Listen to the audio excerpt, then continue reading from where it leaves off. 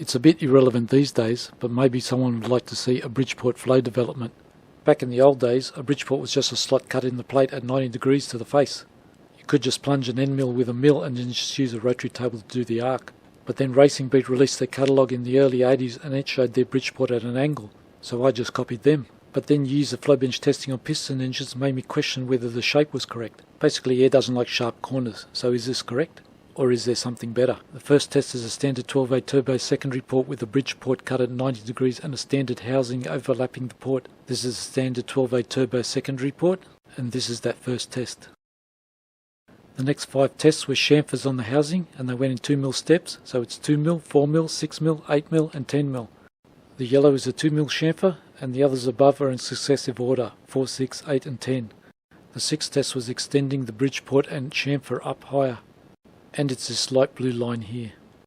Next was putting a radius on the 90 degree port to help the air turn, and with that one mod, flow jumps 32 CFM right off the scale. Next was flattening the side of the port so it's D-shaped. Basically we're widening the fast side to slow down the velocity in that area so it can do the turn.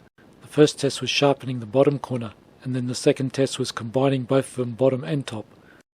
The greenish line is just the bottom, but the yellow one is the top and bottom. Basically about 15 more CFM. Next was grinding a flat shallow angle on the leading edge of the Bridgeport. It's this light blue line and it kind of dropped flow down a bit. Next was radius to sharp edge on the far side. That didn't do much, maybe a little bit here. Next is a sharp angled port that we're interested in, and it did not like that. Can we recover some back by radiusing the sharp edge? And it's a little bit better than the previous sharp edged light grey line. It looks like D-shaping the port, and having a generous radius seems to have the best flow.